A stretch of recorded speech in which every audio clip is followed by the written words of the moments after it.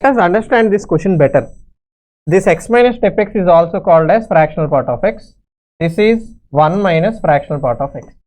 So let us draw the graph of fractional part of x and 1 minus fractional part of x. The graph of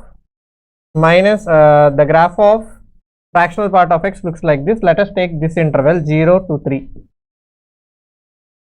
The graph of fractional part of x looks like this.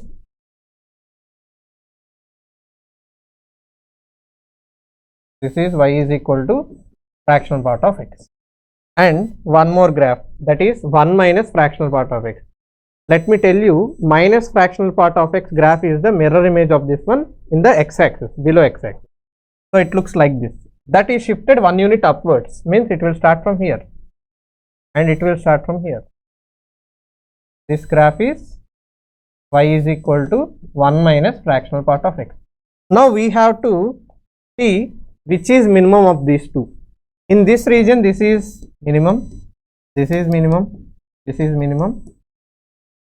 This is our required graph. This dotted region is our required graph. If we see that dotted region graph, this graph is continuous everywhere. So m is equal to 0. And number of non-differentiable points are number of sharp edges. We have sharp edges here, here, here, here, here. We should not consider the end point. The sharp edges are 5. So m plus n is equal to 5 is the required answer. Thank you.